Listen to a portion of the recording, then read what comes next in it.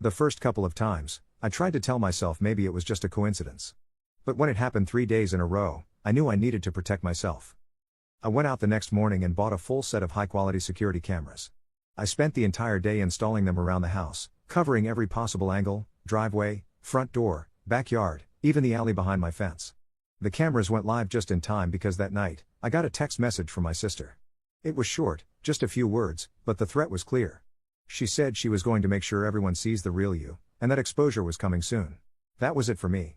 I immediately blocked her number. I blocked every single social media account she had. I went through and double-checked to make sure there were no gaps. After that, any future messages or contact attempts came only through unknown numbers or in-person encounters. 2 days later, she showed up at my workplace. Given her history of emotional outbursts during family arguments, it sadly did not surprise me when she marched straight into the building screaming my name in the middle of the lobby. She made a scene loud enough that security had to get involved. They escorted her out while she kept yelling about how I was a liar and a thief. It was humiliating. Within an hour, Human Resources called me into a meeting after reports surfaced from family connections who had leaked my workplace details. They explained that since the incident involved threats and disruptions on company property, they needed to file a formal report for workplace safety procedures. They assured me they were not blaming me for anything, but they needed full documentation in case she came back. They also recommended that I consider law enforcement options if the harassment continued. Before I could even think about next steps, my parents called.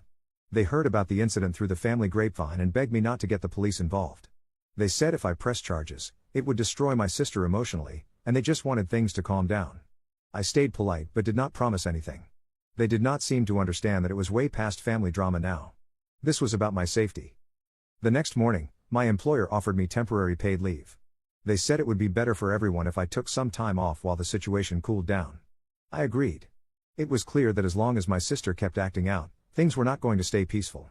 At my girlfriend's insistence, I packed a few bags and moved into her apartment across town for the time being. It was not ideal, but it felt safer. Her building had tight security, and her neighbors knew each other, so there were always extra sets of eyes around.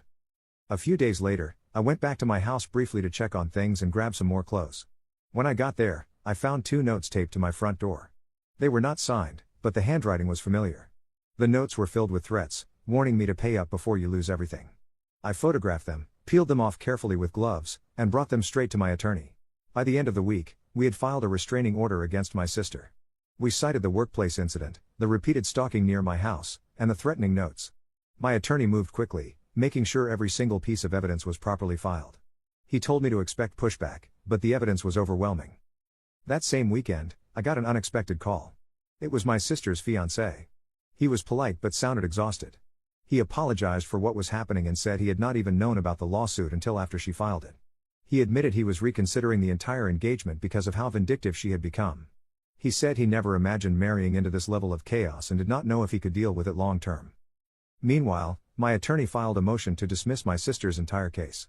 He argued that she had no standing to claim any profits because she had abandoned the property for years and that her harassment tactics undermined her credibility in court. It was a strong move, but it also meant the conflict was hitting a new level.